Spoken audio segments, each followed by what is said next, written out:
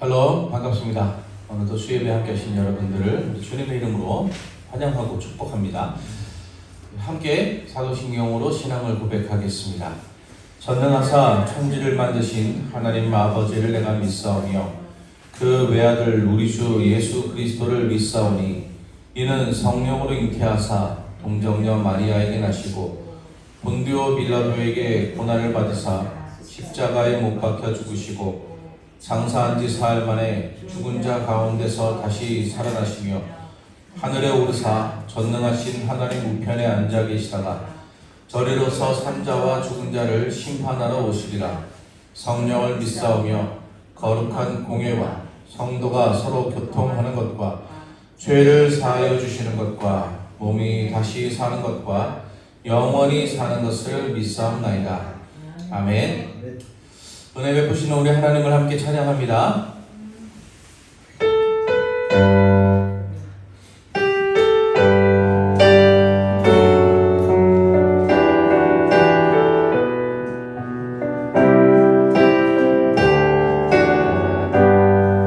우리 주는 위대하며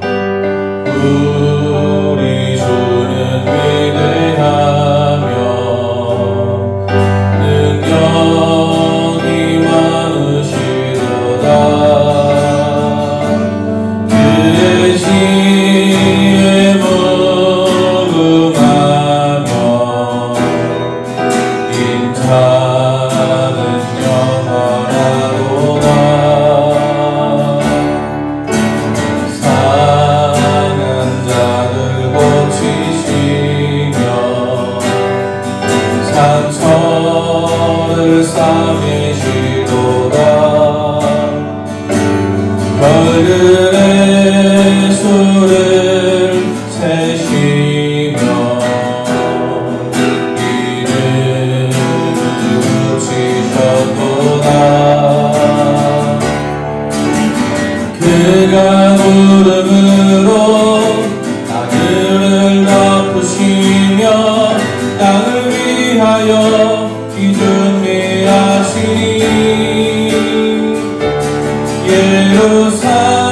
예루살렘아 여호와를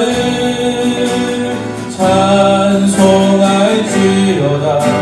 내 하나님을 감사함으로 그 앞에 나가며 주님제 앞에 경배해. 우리 주는 위대하며 우리 주는 위대하며 능력이 많으시도다.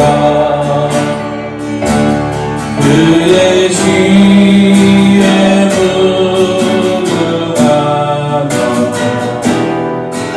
인자는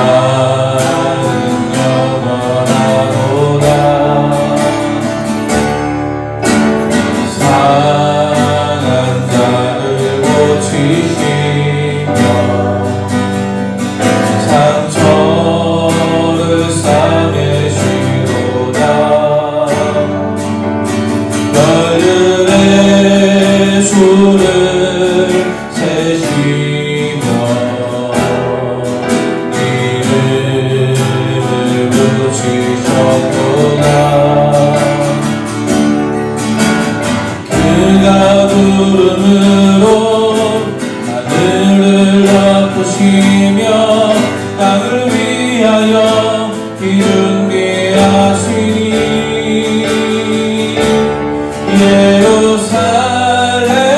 예루살렘아 여호와를 찬송할지어다. 내 하나님을 감사함으로 그 앞에 나가며 주님제 앞에 경배. 그가 구름으로 하늘을 덮으시며 땅을 위하여 기준미하시니 그가 구름으로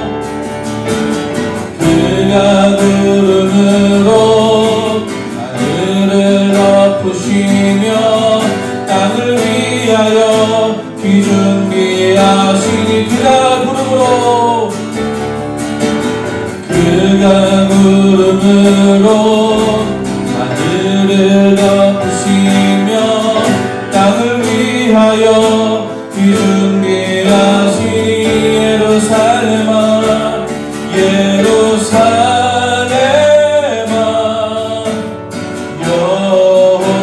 여호와를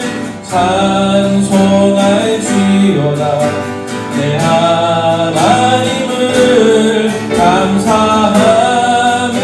감사함으로 그 앞에 나가며 주임제 앞에 경배 예루살렘아 예루살렘아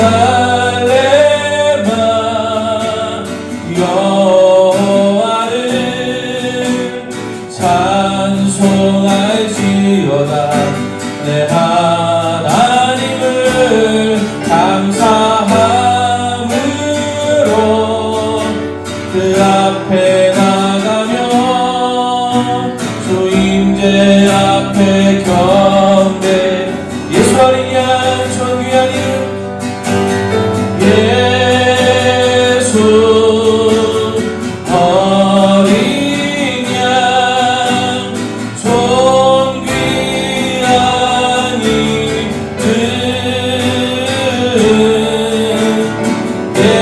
예수 어린 양 전 귀한 이름 약할 때 강함 되시네 나의 보배가 되신 주 나의 모든 것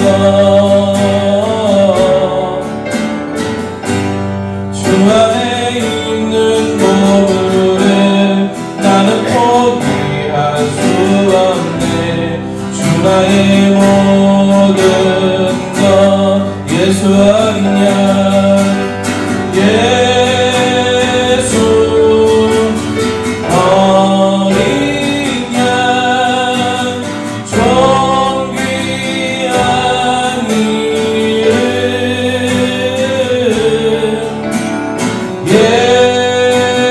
예수 어린 양 전 귀한 이름 십자가 죄 사신 주님 십자가 죄 사하셨네 주님의 이름 찬양해 주 나의 모든 것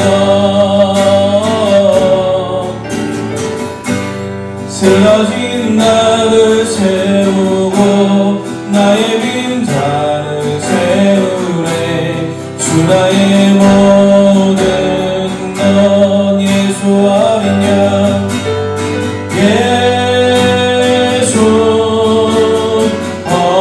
어린 양 전 귀한 이름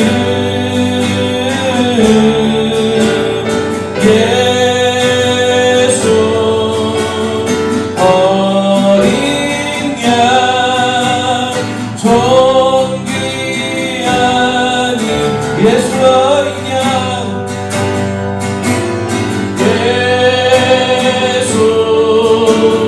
어린 양 예수 어린 양 전 귀한 이름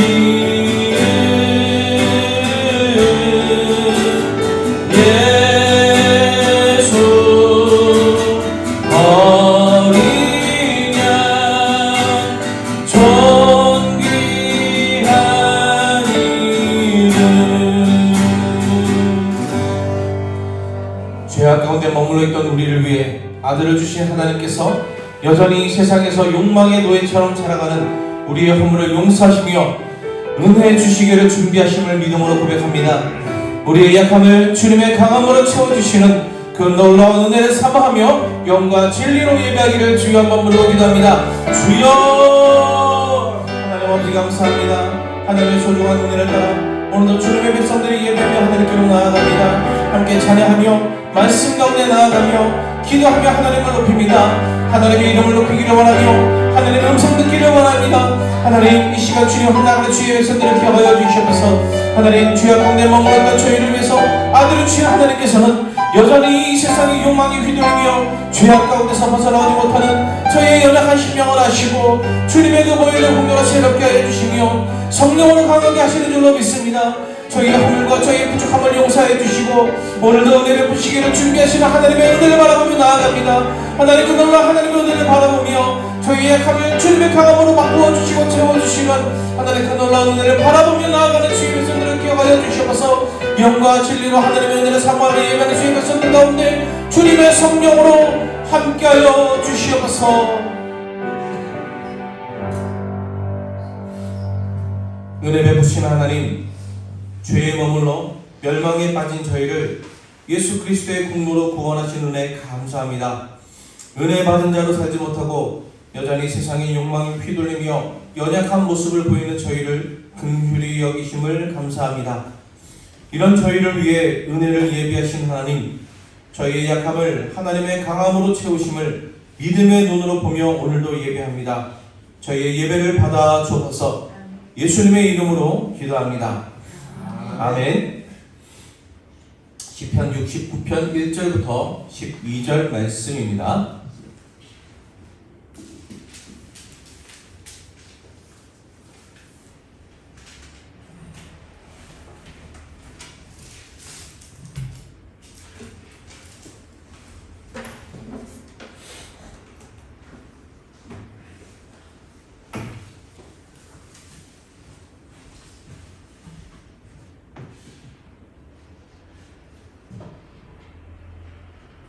시편 69편 1절부터 12절 말씀.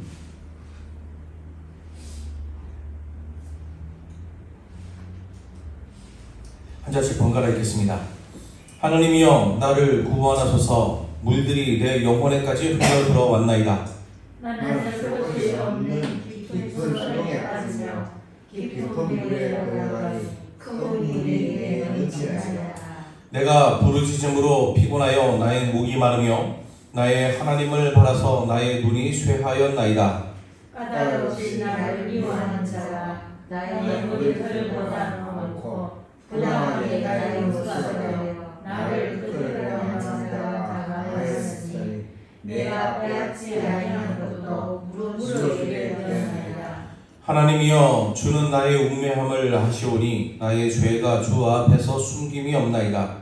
주 만민의 여호와여 주를 당하는 자들이 나를 위하여 수치를 당하게 하지 마옵소서. 이스라엘의 하나님이여 주를 찾는 자가 말하며 욕을 당하게 하지 마옵소서. 내가 주를 위하여 비방을 받았사오니 수치가 나의 얼굴에 덮였나이다. 내가 나의 형제에게는 객이 되고 나의 어머니의 장자에게는 낯선 사람이 되었나이다. 주의 집을 위하는 열성이 나를 삼키고 주를 비방하는 비방이 내게 미쳤나이다. 내가 미혹하고 신기하였더니 그것이 도리어 나의 욕이 되었으며 내가 붉은 배로 내 옷을 삼았더니 내가 그들의 말거리가 되었나이다. 성문에 앉은 자가 나를 비난하여 독주에 취한 누구가 나를 두고 노래하나이다. 아멘. 수예배 함께 하신 여러분들을 우리 주님의 이름으로 환영합니다. 제가 어렸을 때의 경험이에요. 튜브를 타고 바다에 들어가서 잘 놀고 있는데 어느 순간 발이 바닥에 닿지 않는다는 것을 알게 되었습니다. 튜브를 타고 있으니 당장 물에 빠질 이유는 없어요. 잘 붙들고 있으면 됩니다.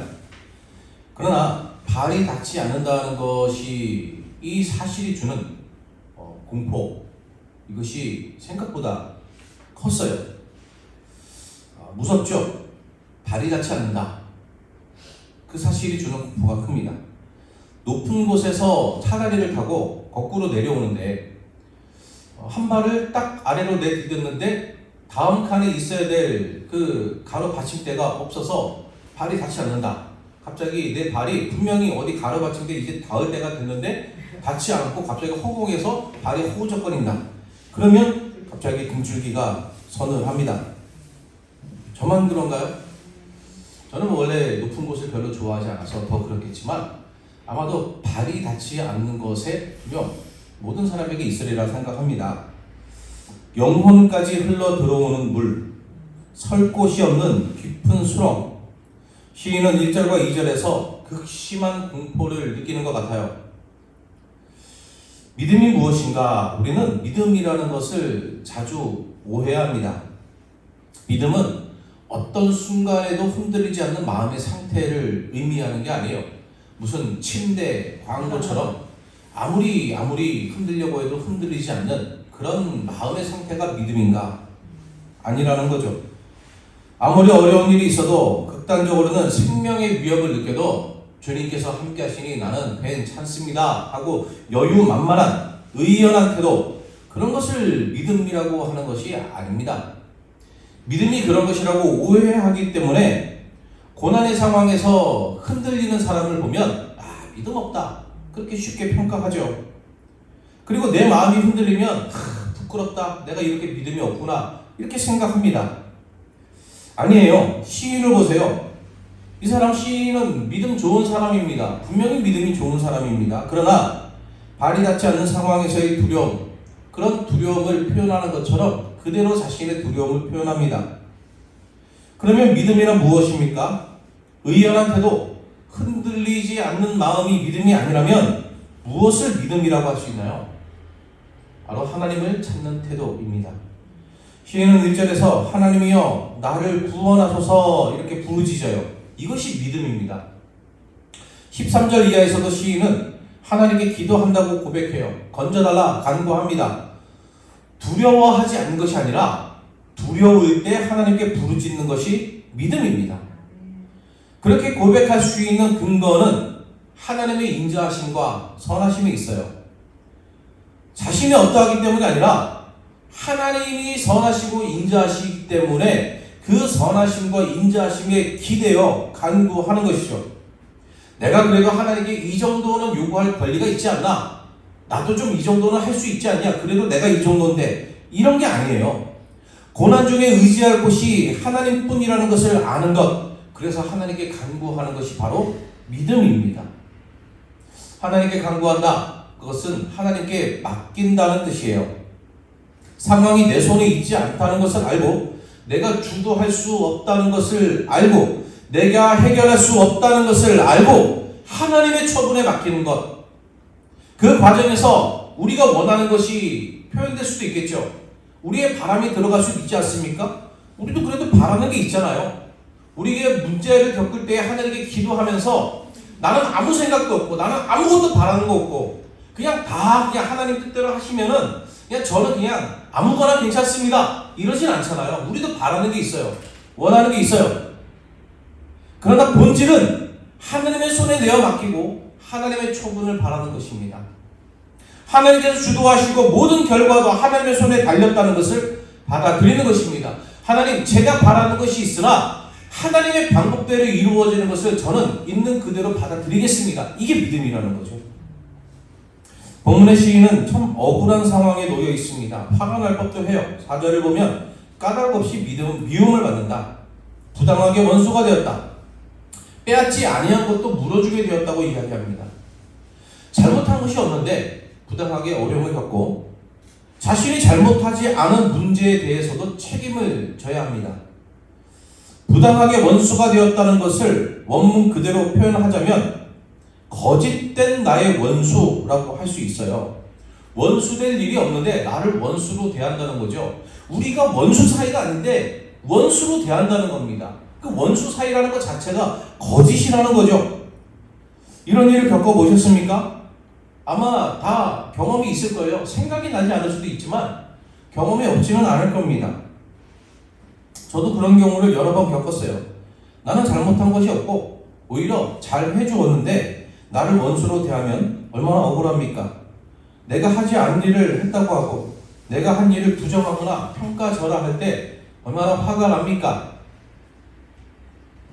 자신의 잘못을 오히려 덮어씌워서 나를 모함하고 공격하면 정말 억울하지 않습니까? 그런 상황에서 반격하거나 상황을 역전시킬 힘이 내게 없으면 그저 무기력하게 그 부당한 공격을 당해야만 한다면 얼마나 더 억울합니까? 여러분은 다 너그럽게 참으시는데 저만 억울한 건 아니죠? 심지어 본문은 이런 상황을 더 극단적으로 몰아갑니다. 9절에는 시인이 이렇게 억울한 일을 당하게 된 이유가 주의 집을 위하는 열심 때문이라고 해요. 하나님의 일에 충성을 다했는데 오히려 부당한 평가를 받으면, 모함을 당하면 얼마나 속이 상하겠습니까? 본문의 표제어는 다윗의 시라고 되어 있는데 어떤 학자들은 9절부터 12절까지의 내용을 볼 때에 이것은 선지자가 당한 고난과 같다, 그렇게 이해합니다. 그렇지요. 선지자는 하나님께서 맡기신 일을 했을 뿐입니다. 우리 성경 공부 시간에 공부했죠? 배웠죠? 선지자라는 히브리어 단어는 나비, 이것은 대언자라는 뜻이에요. 미래를 점치는 점성가, 예언자, 무당, 이런 뜻이 아닙니다. 하나님의 말씀을 있는 그대로 대언하는 사람, 하나님께서 시키시는 대로 하는 사람, 어떤 경우에는 말이 아니라 어떤 행위, 퍼포먼스일 수도 있어요. 그런 것들을 그대로 하는 사람입니다. 그런데 그것 때문에 고난을 겪는 거예요. 하나님의 일에 충성을 다했는데 부당한 평가를 받고 모함을 당하면 정말 속이 상한 거죠. 하나님 말씀을 전했는데 그 하나님을 비방하는 사람들이 그 말씀을 전한 사람도 비방하는 거예요. 구약의 선지자들이 겪었던 고난이 다 그런 고난들입니다. 하나님을 올바로 섬기지 않고 우상과 겸하여 섬기거나 아니면 우상에 완전히 빠져있던 사람들, 바로 그런 사람들이 하나님의 말씀을 전하는 사람들을 비방하지 않았습니까? 하나님에게 부정적인 태도를 가진 사람이 하나님의 일을 하는 사람들을 비방하는 거예요. 10절과 11절에 곡하고 금식하는 것, 굵은 배로 오롯을 삼는다, 이런 이야기가 나와요. 이런 태도가 이스라엘에서는 전통적으로 슬픔을 표현하는 방식입니다. 탄식하는 선지자의 모습입니다. 그런 행동이 욕이 되고 말거리가 되었어요. 어떤 선지자가 하나님께서 저주하시고 심판을 경고하시는 내용을 듣고서는 너무 마음이 아파요. 내 민족을 생각할 때 너무 마음이 아픈 겁니다. 내 민족이, 내 사랑하는 백성들이 하나님의 이런 저주와 심판의 메시지를 듣다니, 그래서 굵은 배로 옷을 입고 울며 금식합니다. 그런데 이런 모습을 보면서 비난하고 조롱하는 사람들이 있는 거예요. 성문에 앉은 자들은 지도자들입니다. 그 사회에 명망 있는 사람들, 힘 있는 사람들, 권력자들이에요. 그런 사람들에게도 비난을 받았습니다. 이게 말이 비난이지, 힘 있는 사람의 비난은 말 정도로 끝나지 않습니다. 그것은 실제적인 영향을 미치는 그런 불이익을 주는 그런 행위입니다. 우리는 잘 알 수 있죠. 군대에서 사단장이 지나가다가 여기 이렇게 잡초가 무성하네, 이러고 가면은 잡초가 무성하구나, 그러고 끝나는 일이 아니에요. 그렇게 사단장은 지나가면서 한마디 내뱉으면 어떻게 됩니까? 행보관이 다 불러 모읍니다. 병사들을 잡초 제거해라. 그냥 다 파는 거예요. 농담처럼 이야기하죠. 사단장이 지나가다가 저 산이 눈에 거슬리네? 그럼 다음날 보면 산이 없어져 있다 그러잖아요. 병사들이 다 동원되어가지고 삽질을 해가지고 그 산을 퍼낸다 그러지 않습니까? 힘 있는 사람의 말 한마디는 다른 사람에게 구체적인 영향을 미치는 거예요. 행동을 제한하고 불이익을 줍니다. 7절에서도 주를 위해 비방을 받았다 합니다. 그 비방이 명백하게 하나님의 일을 할 때 오는 비방입니다. 8절에서는 가족에게도 외면을 당합니다. 이것도 하나님의 일 때문이에요. 간혹 그런 경우 있어요. 교회 일을 열심히 하다 보면은 가정에 소홀해질 수가 있습니다. 그런 이야기 하는 게 아닙니다. 제가 좀 존경하는 목사님은 교회 어느 집사님이 매일 지금 교회 나와가지고 기도하고 전도하러 다니고 막 이래요. 그분을 불러다가 집사님은 오늘부터 평일에 전도하러 나오지 마세요. 아니, 목사님이 전도를 안 나오면 전도 아우라고 이야기하는 건 몰라도 전도를 매일 나와서 열심히 하는 사람에게 왜 전도를 하지 말라고 이야기합니까? 그 남편이 교회를 안 다니는데 부인되는 집사님이 매일 교회 나와서 산다고, 그리고 집안일 안 돌보고 남편 밥도 안 챙겨준다고 불만이 많은 거예요. 교회를 비난하는 겁니다. 그래서 목사님이 하지 말라고 그러세요. 집에 가서 남편 밥 차려주세요. 남편에게 감동을 주세요. 그리고 남편이 예수님을 믿도록 도와주세요. 그게 집사님이 할 일입니다. 그러니까 교회 일 때문에 가정을 소홀해서 비방을 받는다, 뭐 그런 이야기가 지금 여기 아니라는 겁니다. 본문이 이야기하는 것은 하나님의 뜻에 순종했을 뿐인데, 하나님 말씀대로 살 뿐인데 그 순종 자체가 비방의 이유가 된다는 겁니다. 하나님을 사랑하는 것 자체가 비방의 이유가 된다는 거예요. 내가 하나님의 말씀대로 살려고 노력하고, 거룩한 삶을 살려고 노력하고, 올바른 길을 가려고 노력하고, 진리 위에 서려고 노력하고, 공의를 지키려고 노력하는데 그것이 비방거리가 된다는 것입니다. 심지어 가족에게도. 이런 상황에서 우리는 믿음이 무엇인지 다시 생각해 보게 됩니다. 믿음은 무엇입니까? 어떤 상황에서도 나와 하나님의 관계를 볼 수 있는 것이 믿음입니다. 시인은 하나님께 이렇게 억울한 상황을 맡길 뿐만 아니라 자기의 내면을 돌아봅니다. 이게 어려운 일이에요. 내가 지금 억울한데, 나는 깨끗하고 잘못이 없는데 나를 비방하는 사람이 있어요. 그러면 우리의 시선이 어디를 향합니까? 나를 비방하는 사람을 봅니다. 그들의 잘못을 찾아요. 아무 잘못이 없는 나를 비방하는 것 자체가 잘못이고, 나를 비방하는 그들의 잘못은 더 크다는 것을 찾아내고 더 큰 비난을 쏟아붓습니다. 당신들이야말로 똑바로 하세요.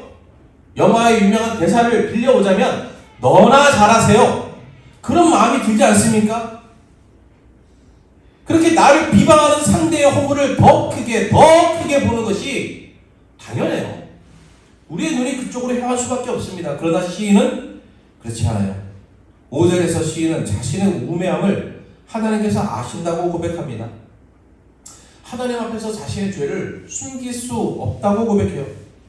이거 다 하나님 때문입니다. 원망하지 않고. 저놈들이 나쁜 놈입니다. 항변하지 않아요. 자신을 돌아볼 겨를이 없을 때 시인은 그런 자신의 모습을 하나님 앞에 세웁니다. 성찰합니다. 살펴봅니다. 자신이 미처 깨닫지 못했던 허물을, 미처 깨닫지 못했던 죄악을 발견하고 회개합니다. 사방으로 외면당하고 버림받을 때에 내가 하나님 앞에서 어떤 사람인가를 더 깊이 살펴봐요. 그리고 하나님과의 관계를 바로 세워가는 것입니다. 이것이 믿음입니다. 믿음은 흔들리지 않는 마음이 아닙니다. 흔들려요. 여러분, 흔들리는 것을 너무 나쁘게 생각하지 마세요. 불평과 원망이 생기는 것 그 자체를 나쁘게 생각하지 마세요. 믿음은 그렇게 흔들릴 때에도 변함없이 하나님을 바라보고 하나님께 우리의 마음을 드리고 내 자신을 살펴서 하나님과의 관계를 바로 세워가는 것입니다. 이런 믿음이 우리 안에 있기를 간절히 원합니다.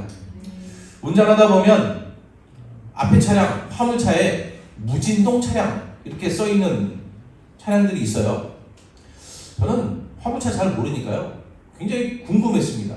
무진동 차량은 요즘에는 스마트폰 촬영할 때, 동영상 촬영할 때 흔들리지 말라고, 이게 걸어다니면 막 흔들리잖아요, 위아래로. 그 흔들리지 말라고 짐벌기라는 걸 써요. 그 짐벌기라는 손잡이가 달린 것에 이렇게 핸드폰을 딱 끼우면은 얘가 이 흔들리는 것을 보정을 해주는 겁니다. 그 닭 있잖아요, 비둘기. 이런 애들이 걸어갈 때 보면은 이쪽 보행을 하면은 원래 많이 흔들리게 돼 있어요. 근데 얘네들이 안 흔들립니다. 고개가 앞으로 이렇게 뒤로 왔다 갔다 하죠. 그래서 닭을 이렇게 잡아가지고 좌우로 막 흔들어 보면 어떻게 돼요? 몸만 왔다 갔다 하고 머리는 그대로 가만히 있어요.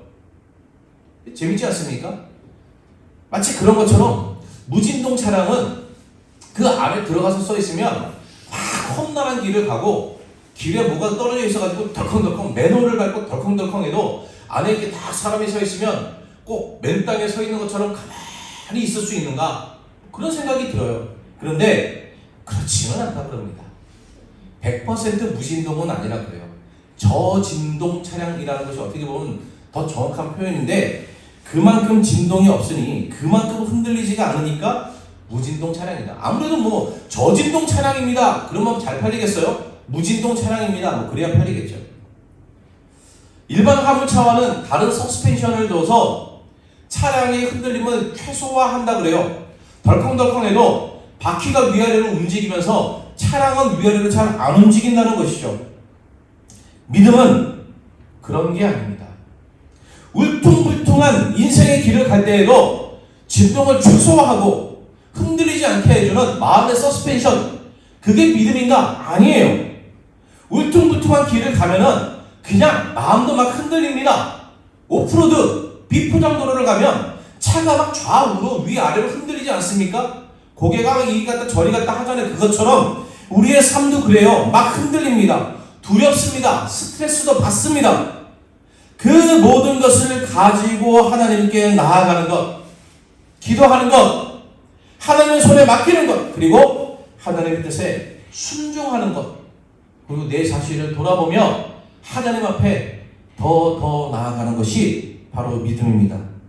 바로 이렇게 하나님을 찾는 믿음, 하나님께 기도하는 믿음, 자신을 돌아보며 하나님과의 관계를 바로 세워가는 진정한 믿음이 우리 안에 있기를 간절히 원합니다.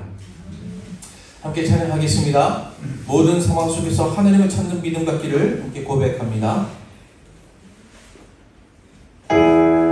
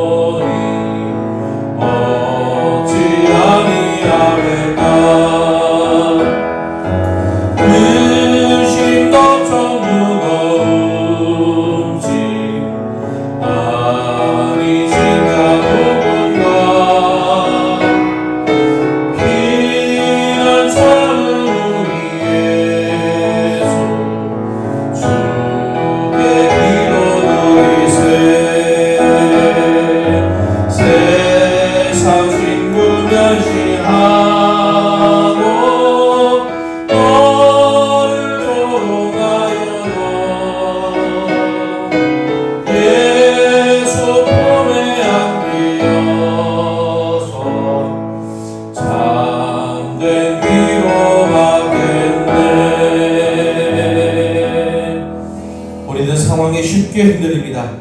너무 쉽게 흔들리기에 믿음이 없다고 자책합니다. 어떤 상황에도 흔들리지 않는 믿음을 사모하는 우리입니다. 그러나 흔들리지 않는 것이 아니라 흔들릴 때 하나님을 찾는 진짜 믿음을 갖기를 기도합니다.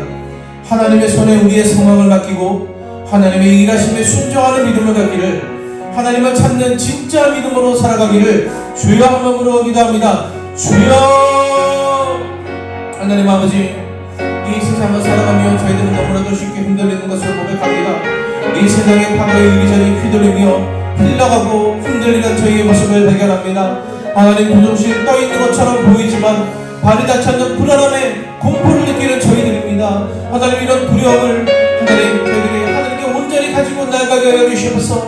흔들리는 마음을 주님께 가지고 나아가게 하여 주시옵소서. 불평하고 아파하며 상처 입은 모든 마음을 하나님께로 가지고 나아가게 하여 주시옵소서. 어떤 상황에서도 하나님을 찾는 믿음을 갖기를 가지를 소원합니다. 하나님의 손에 맡기는 믿음을 가지기를 가지를 소원합니다. 저희의 마음에 소원하는 것들, 저희들이 바라는 것들이 있으나 하나님의 일하시는 방식에 온전히 순종하는 믿음을 가지게 하여 주시옵소서.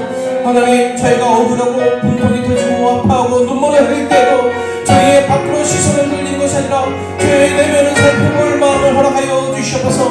하나님, 저희의 어떠함을 보게 하여 주시옵소서. 하나님 앞에 너무나도 연약한 저희들의 모습을 발견하고 하나님께 더더욱 나아가게 하여 주시옵소서. 겸손히 하나님 앞에 엎드리게 하여 주시옵소서. 그렇게 하나님을 찾아 하나님과 깊은 관계로 나아가는 저희가 되게 하여 주시옵소서. 이것이 진짜 믿음인 줄로 고백하오니 참 믿음을 가진 저희가 되게 하여 주시옵소서. 흔들리는 상황 속에서 저희는 저희 자신의 믿음 없음을 탓해왔습니다. 저희는 너무 연약합니다. 욕망에 흔들리고 상황에 흔들리고 사람에 흔들립니다. 흔들리지 않기를 원합니다. 그러나 그보다 더욱 진짜 믿음 갖기를 원합니다. 흔들릴 때에도 하나님을 찾는 믿음 갖기를 원합니다. 저희의 시선을 밖에 두지 않고 저희 내면을 살피며 하나님 앞에 정결하기를 원합니다. 하나님께 저희의 모든 것을 맡기고 하나님께서 일하시는 방식에 순종하며 하나님을 찾는 믿음으로 살기를 원합니다. 저희의 믿음 없음을 불쌍히 여기시고 하나님을 찾는 믿음을 채워주옵소서. 예수님의 이름으로 기도합니다. 아멘. 주님 가르치신 기도로 마치겠습니다. 하늘에 계신 우리 아버지여, 이름이 거룩히 여김을 받으시오며 나라가 임하시오며 뜻이 하늘에서 이루어진 것 같이 땅에서도 이루어지이다. 오늘 우리에게 일용할 양식을 주시옵고 우리가 우리에게 죄 지은 자를 사하여 준 것 같이 우리 죄를 사하여 주시옵고 우리를 시험에 들게 하지 마시옵고 다만 악에서 구하시옵소서. 나라와 권세와 영광이 아버지께 영원히 있사옵나이다. 아멘.